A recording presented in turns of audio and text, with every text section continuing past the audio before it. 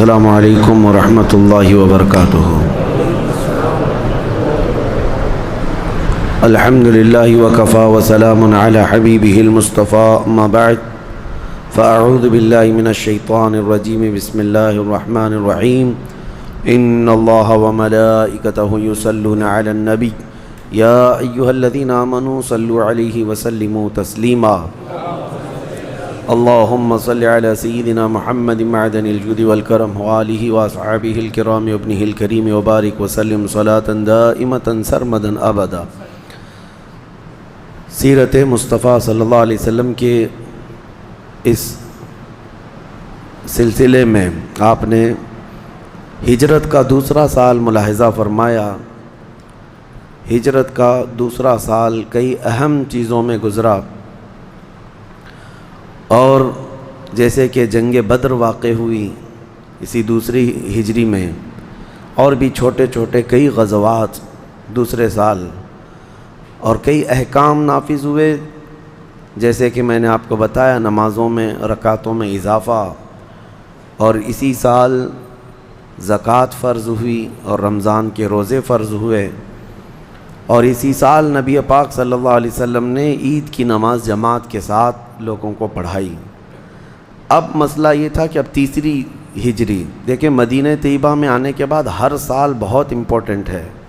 سیرت کے یہ جو 10 سال ہیں یہ ایسا مغز ہے پوری امت کے لیے کہ نبی پاک صلی اللہ علیہ وسلم کی سیرت کے یہ جو 10 سال ہیں، کیونکہ یہ اسلامی ریاست کے اسٹیبلشمنٹ میں گزرے ہیں، اور کثرت سے جنگیں ہوئیں اور بہت سارے احکام نافذ ہوئے، لوگوں کو دور دور تک اسلام کی تبلیغ کرنے کے لیے بھیجا گیا۔ یہ سارے معاملات انہی 10 سالوں میں ہوئے مدنی زندگی میں۔ اب مسئلہ یہ تھا کہ جنگ بدر جیسے آپ نے سن لیا کہ اس میں جو مقتول ہوئے کفار میں سے 70 مارے گئے تھے، اور 70 حضور کے پاس قیدی بن کر آئے تھے، اور مسئلہ یہ تھا کہ بدر میں بڑے بڑے سردار مارے گئے تھے کافروں کے، جس کی وجہ سے مکہ کا ہر گھر ماتم کدہ بن گیا تھا۔ جگہ کسی کا بیٹا، کسی کا باپ، کسی کا بھائی مارے گئے ہیں، اور عربوں میں یہ عادت تھی کہ اپنے گھر کے کسی فرد کے قتل کے بعد جب تک بدلہ نہیں لیتے اس وقت تک وہ کوئی چین سے نہیں بیٹھتے تھے۔ ان کے ہاں رواج یہ تھا، وہ بدلہ لینے کو اپنی زندگی کا سب سے بڑا فریضہ سمجھتے تھے، اور ہر گھر میں یہ چیز روزانہ ہوتی رہتی تھی کہ بدلہ لینا ہے، بدلہ لینا ہے۔ اب جب مکہ کے کفار وہ اپنے سرداروں کے قتل کا ماتم منا رہے تھے، تو اس میں صفوان جو امیہ کا بیٹا ہے، اور اس کے علاوہ اکرمہ جو ابو جہل کے بیٹے ہیں، تو یہ دونوں چونکہ بڑے بڑے لوگوں کے بیٹے تھے۔ امیہ جو ہے وہ بھی بہت بڑا آدمی تھا، رئیس مکہ تھا۔ ابو جہل وہ تو گنڈا تھا ہی پہلے سے، اس کا بیٹا۔ دونوں لوگوں نے مل کر کے پورے مکہ میں ایسے بدلے کی آگ پھیلائی، اور سب کو جمع کر کے وہ ابو سفیان کے پاس گئے اور کہا، ابو سفیان تم اب ہمارے سردار ہو، ہمیں بدلہ لینا ہے ہمارے مقتولین کا، محمد اور ان کے ساتھیوں کو مزہ چکھانا ہے، لہٰذا جتنی بھی تجارت کی رقم ہمارے پاس آتی ہے مکہ کے نفع کی، وہ سب جنگی سامانوں کو خریدنے میں خرچ کیا جانا چاہیے۔ یہ میٹنگ میں طے پایا، اور اس کے بعد مکہ کے جتنے بھی تجارتی قافلوں کا نفع تھا اس سب سے ان لوگوں نے ہتھیار خریدنا شروع کیا۔ ابو سفیان بھی خوش ہو گیا، کہا کہ ٹھیک ہے، اب سب لوگوں نے مل کر کے مشورہ کیا ہے تو جنگ کرنا ہے اور چڑھائی کرنا ہے مدینے پر۔ اور بغیر کسی اطلاع کے دوسری ہجری گزر گئی، تیسرا سال آیا۔ تیسرا سال رمضان گزرا تھا، اس کے بعد وہ لوگوں نے جنگ کی تیاریاں ایسی زور و شور پر کر لی تھی کہ ہمیں مدینے پر چڑھائی کرنا ہے۔ حالانکہ یہ حرمت والے مہینے چل رہے تھے، شوال جو ہے، شوال، ذی القعدہ، ذی الحجہ، اس میں جنگیں نہیں ہوتی، لیکن انہوں نے یہ ساری چیزیں حدوں کو توڑ دیا، عربوں کے رواج کو بھی توڑ دیا۔ اب جب سب جگہ سے ہتھیار جمع ہوئے، 2 شاعروں کو کرائے پر لیا تھا۔ وہ شاعر صرف یہی کام کرتے تھے کہ ایسے ایسے اشعار پڑھ کر کے لوگوں کو بھڑکاتے تھے۔ عربوں میں شعر و شاعری کا رواج بہت تھا، تو بچہ بچہ بدلے کی بات کرنے لگا، خون کا بدلہ خون، خون کا بدلہ خون، یہ نعرہ پورے مکہ میں گونجتا تھا، حتیٰ کہ عورتیں بھی آ گئیں اس میں، اور عورتوں نے یہ قسم کھا لی تھی کہ جب تک ہمارے مقتولین کا بدلہ نہیں لیں گے اور ان کے قاتلوں کا خون نہیں پئیں گے، اس وقت تک ہم گھر میں چھت کے نیچے نہیں رہیں گے، ایسی ایسی قسمیں کھائی تھیں۔ ابو سفیان کی بیوی ہندہ، اس کے باپ کا قتل ہوا تھا، عتبہ بھائی کا قتل ہوا تھا بدر میں۔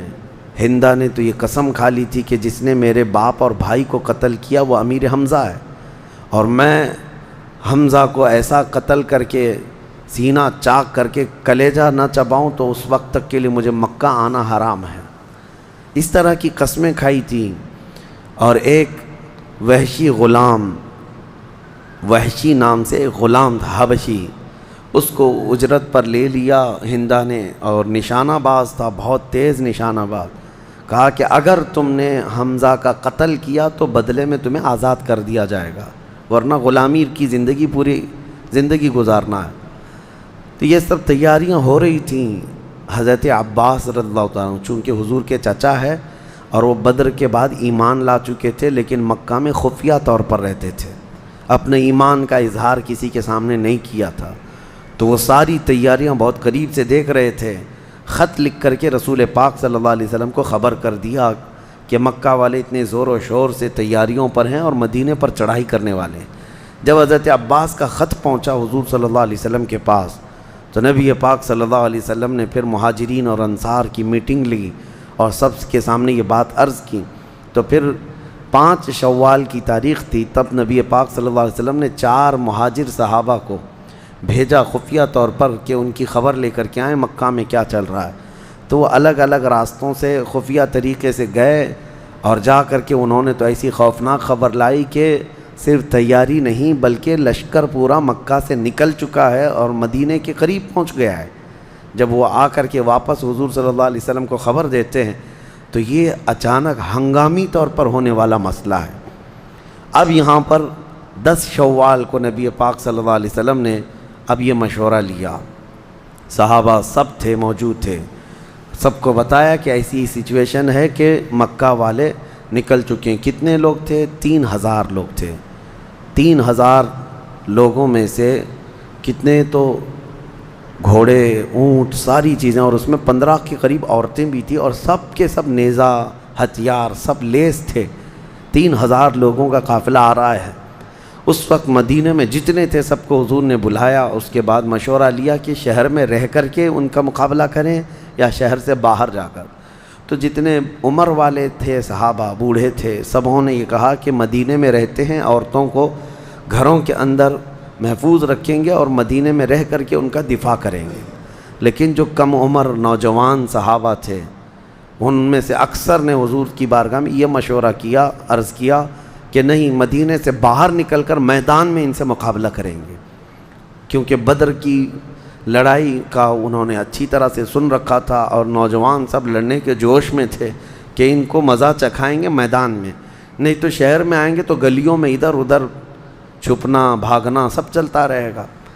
حضور پاک صلی اللہ علیہ وسلم سب کا مشورہ لیتے رہے۔ 14 شوال کی تاریخ تھی، رات کو حضور صلی اللہ علیہ وسلم کے پاس دن رات انصار صحابہ پورے پہرے داری پر تھے، پورے مدینے میں ناکہ بندی چل رہی تھی، اور حضور صلی اللہ تعالیٰ علیہ وسلم کے گھر کی بھی پہرے داری پوری رات بھر چلتی تھی، انصار صحابہ، کہ مکہ کے کفار اچانک کہیں سے داخل نہ ہو جائے۔ پھر ہوا یہ کہ احد پہاڑ تک مکہ کے کفار سب آ کر کے پڑاؤ ڈال چکے تھے، جو مدینے سے صرف 5 کلومیٹر کے فاصلے پر ہے، اور مدینے داخل ہونے کے لیے سیدھا راستہ ہے۔ تو احد پہاڑ کے دامن میں آ کر کے وہ میدان میں فروکش ہو چکے تھے۔ حضور صلی اللہ علیہ وسلم رات کے وقت اپنے حجرے میں گئے اور واپس جب تشریف لائے تو جنگی لباس زیب تن فرمائے تھے۔ تو صحابہ کے پاس جیسی آئے تو صحابہ نے پوچھا یا رسول اللہ صلی اللہ علیہ وسلم کیا حکم ہے؟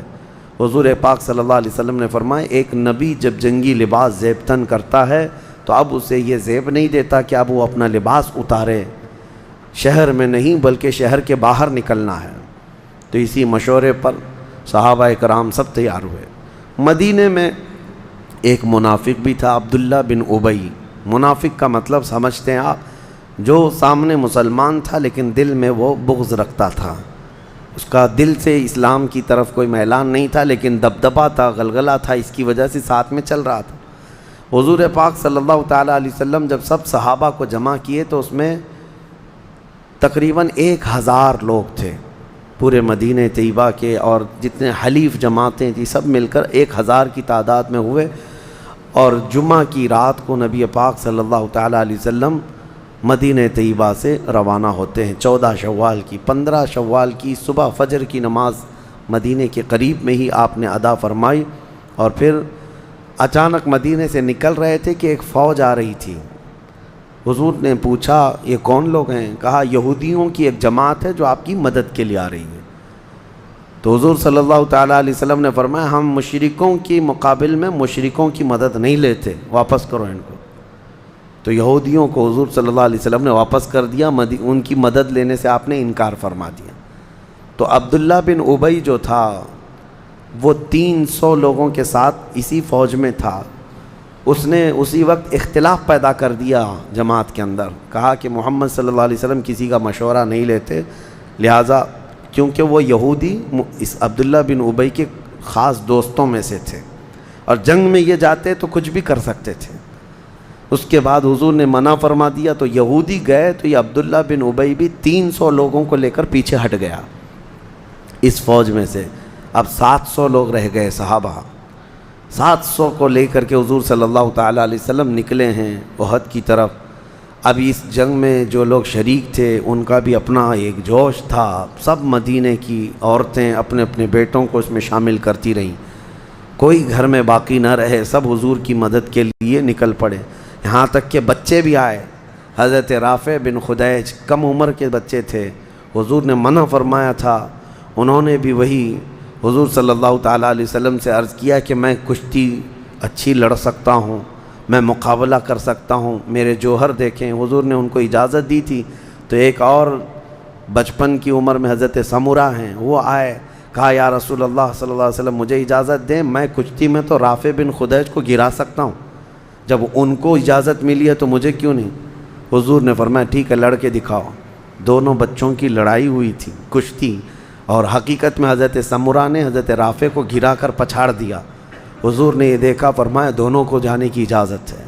یہ کم عمر کے نوجوانوں میں جو جوش تھا اس جنگ میں، اس کے بعد جنگ احد کے یہ جو مناظر ہیں، اب میدان میں جب سرکار دو عالم صلی اللہ تعالیٰ علیہ وسلم تشریف لائے، اب جو صف بندی ہونے والی تھی، حضور نے بہترین لوکیشن کو دیکھ کر، احد پہاڑ پیٹھ کے پیچھے تھا، ایک چھوٹی سی پہاڑی جس کو جبل رمات کہتے ہیں وہ بائیں جانب تھی، اور حضور صلی اللہ تعالیٰ علیہ وسلم کے سامنے کفار جو ہے پورے بھرے میدان میں تھے، 3000 لوگ، اس میں گھوڑ سوار بھی ہیں، اونٹ سوار بھی ہیں، اور بہترین تیر انداز بھی ہیں، سب وہاں موجود تھے۔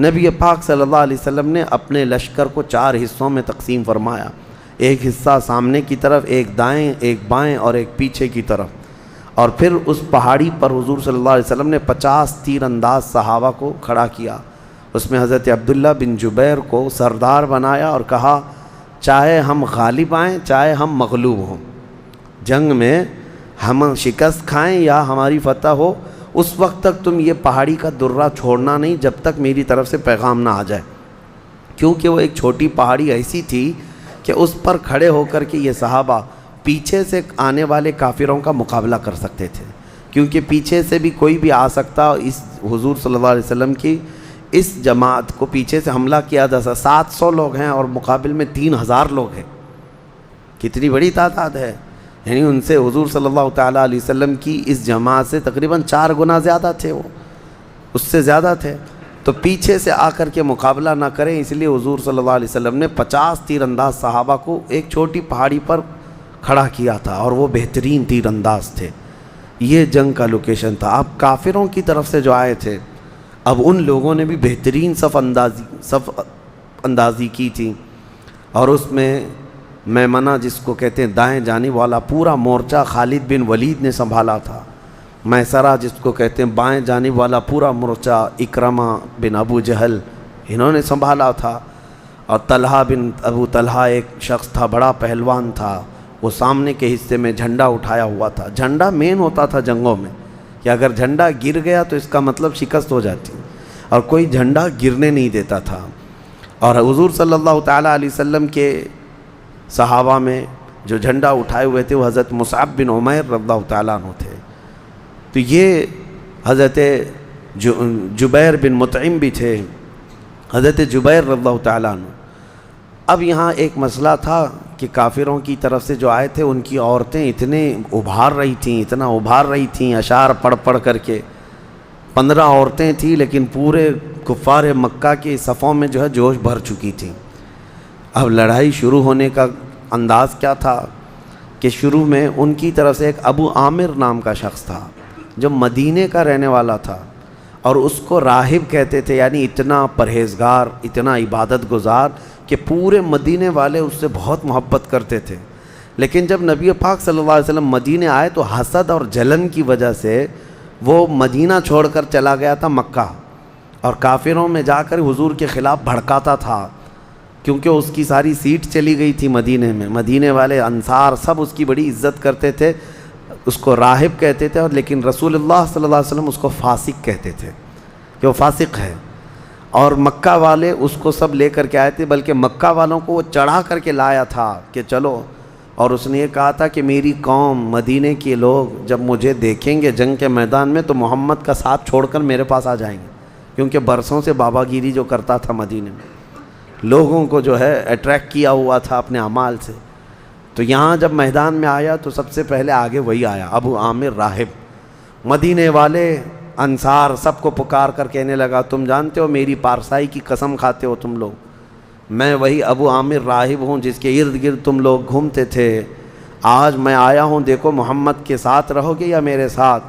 انصار صحابہ میں سے بلند آواز سے کہتے ہیں، ہاں ابو عامر راہب، ہم اچھی طرح تجھے پہچانتے ہیں، تو فاسق معلن ہے، تو فاسق ہے اور اللہ کے رسول سے لڑنے کے لیے آیا ہے، اور ہم تیرا مقابلہ اس وقت تک کرتے رہیں گے جب تک تیری ہر بوٹی الگ نہ ہو جائے۔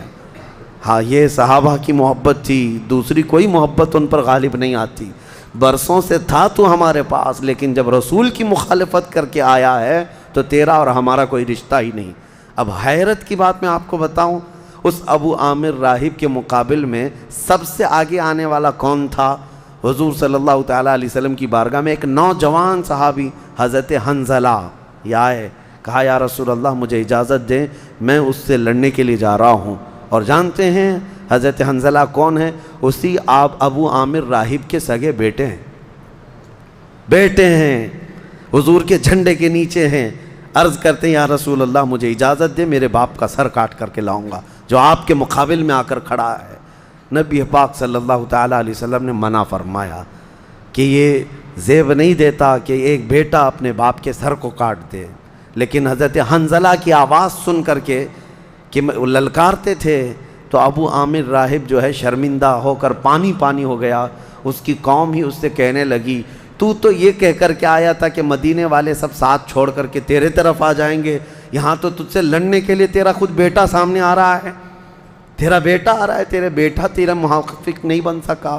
وہ کہتا ہے غضب کا جادو کیا ہے محمد نے، نعوذ باللہ من ذالک۔ میرے عزیزو، یہ محبت مصطفیٰ تھی جو سب سے زیادہ غالب تھی صحابہ میں۔ وہ منظر جو احد کا ہے وہ بیان کرنے کے لیے بہت طویل وقت چاہیے، میں مختصراً عرض کر رہا ہوں۔ اور مجھے اس بات کا قلق بھی ہے، افسوس بھی ہے کہ ہم نے سیرت طیبہ کا یہ درس یہاں پر چھیڑ تو دیا ہے، لیکن رمضان ہی میں اگر اس سیشن کو ختم کرنا ہو تو شاید سیرت مصطفیٰ کے چیدہ باب صرف خالی آپ کے سامنے رکھ سکیں گے، ورنہ سیرت مصطفیٰ کو بیان کرنے کے لیے طویل وقت درکار ہے۔ اور میں یہ سوچتا ہوں کہ 5 دن باقی رہ گئے، اس وقت تک حضور پاک کی وفات تک کا اگر بیان کرنا ہے، اس میں کئی غزوات چھوٹ جائیں گے، کئی حضور پاک صلی اللہ علیہ وسلم کے اخلاق اور خصال حمیدہ، حضور کی پسندیدہ چیزیں، حضور کی شادیاں، یہ سب چیزیں رہ جائیں گی۔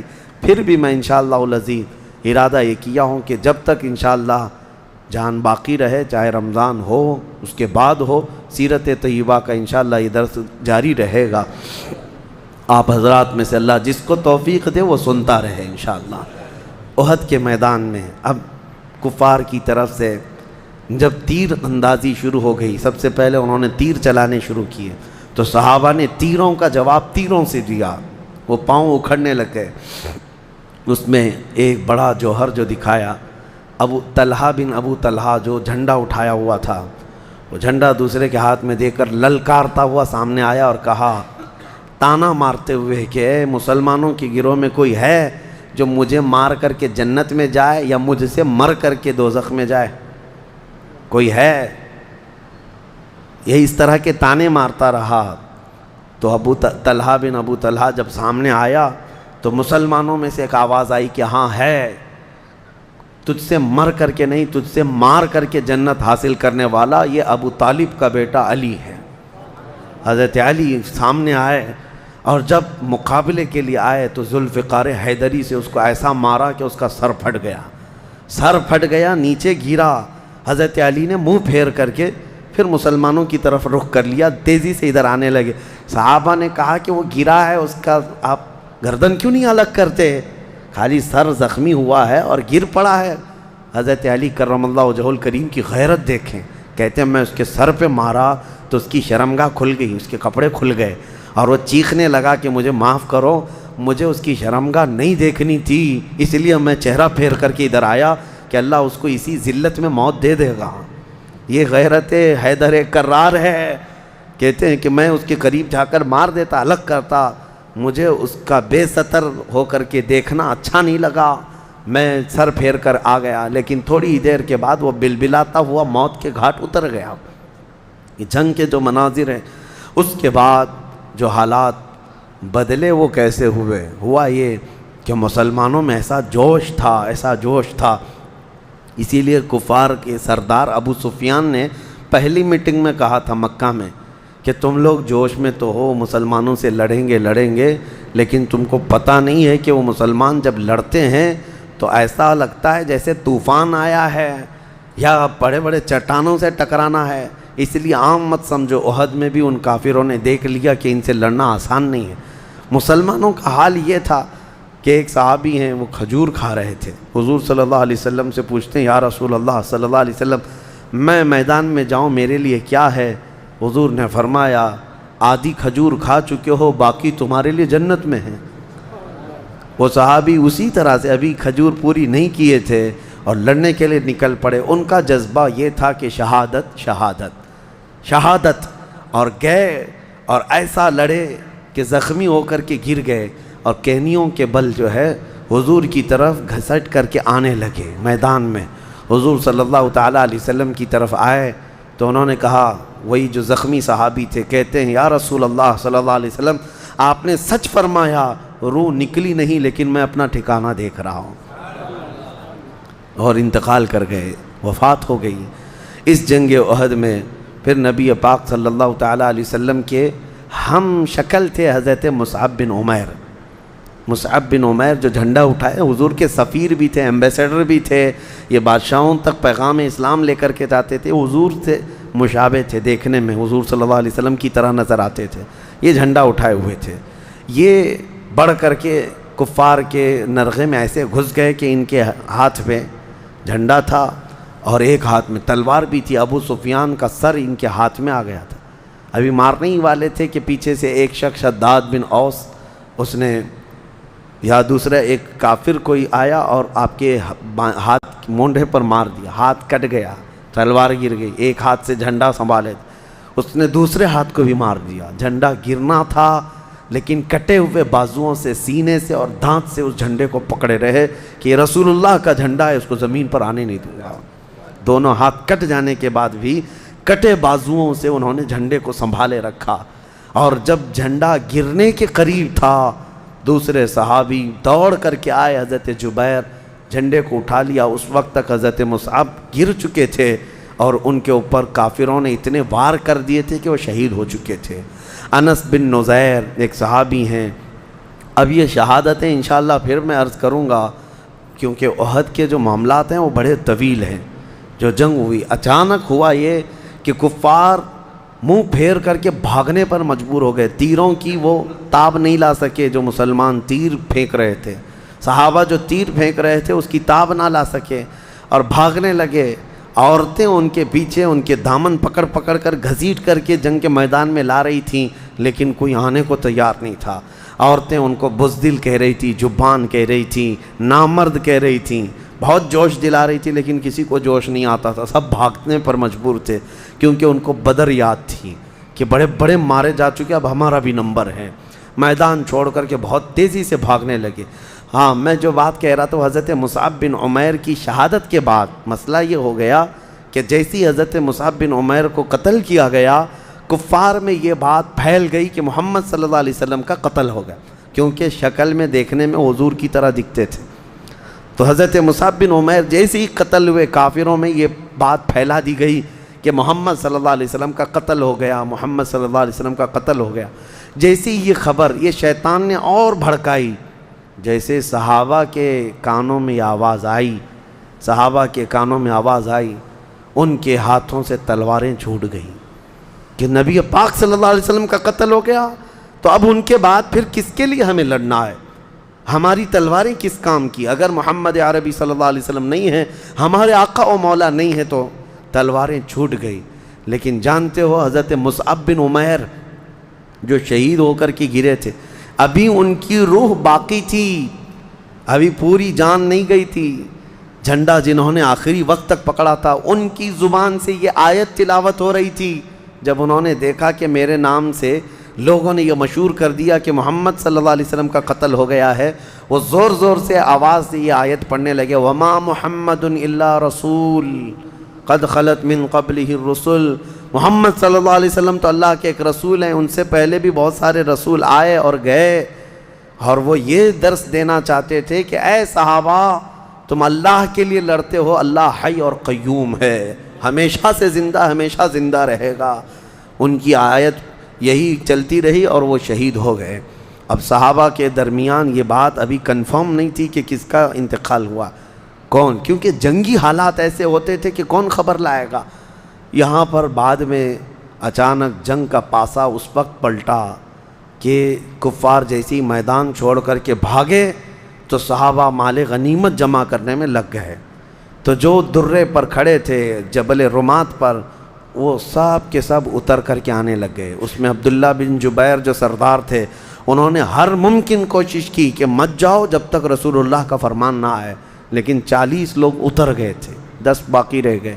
خالد بن ولید ایک اونچے ٹیلے پر جا چکے تھے، جنگ سے بھاگ کر کے جب گئے تھے، وہاں سے یہ لوکیشن دیکھ رہے تھے، 200 گھوڑ سواروں کو دوڑاتے ہوئے پیچھے سے آئے، پیچھے سے آ کر کے جو مال غنیمت جمع کر رہے تھے، صحابہ پر تیروں سے بارش کر دی، ایسی بارش کر دی کہ صحابہ سنبھل نہیں پائے، اور پھر ان کے درمیان یہ آواز ہونے لگی کہ حملہ ہو گیا۔ تو یہ مڈ بھیڑ جو ہوئی 200 لوگوں کی اور یہاں صحابہ کی، تو جو مشرکین بھاگے ہوئے تھے وہ بھی پلٹ کر کے آ گئے میدان میں، تو صحابہ پس گئے۔ اچھا، اس میں ایک بہت بڑا مسئلہ یہ بھی ہوا کہ دونوں جب گڑمڈ ہو گئے، ایک دوسرے میں خلط ملط ہو گئے، ادھر سے بھی کفار ادھر سے بھی کفار، تو مسلمان جو تھے جتنے صحابہ، ان کے ہی ہاتھوں سے کئی مسلمان بھی شہید ہوئے۔ حضرت یمان رضی اللہ تعالیٰ جو حضرت حذیفہ کے والد ہیں، صحابہ تلواریں اٹھا کر کے مقابلہ کر رہے تھے، کون ہے سمجھ میں نہیں آ رہا تھا، ان کو شہید کرنے لگے۔ حضرت حذیفہ پکارنے لگے میرے باپ ہیں، میرے باپ ہیں، لیکن کسی کو کچھ سوچتا نہیں تھا، قتل ہو گئے۔ اس طرح سے یہ جو غلط فہمی میں قتل ہوئے، اس طرح سے بھی قتل ہوئے، لیکن قرآن میں اللہ تعالیٰ نے ان کی معافی کا پروانہ جاری فرمایا کہ انہوں نے کسی سے یعنی زور زبردستی یا جان بوجھ کر کے یا سرکشی میں نہیں قتل کیا، وہ ان کی خطا اجتہادی تھی، پہچان نہ سکے۔ اس کے بعد پھر نبی پاک صلی اللہ تعالیٰ علیہ وسلم کی طرف بھی حملہ ہوا۔ اب یہ آگے کے معاملات انشاءاللہ العزیز کل میں عرض کرتا ہوں، احد کے اور تیسری ہجری کے اہم واقعات۔ اللہ کریم ہم سب کو حضور پاک کے جلووں میں زندگی عطا فرمائے، حضور کے قدموں میں موت عطا فرمائے۔ وآخر دعوانا ان الحمد للہ رب العالمین۔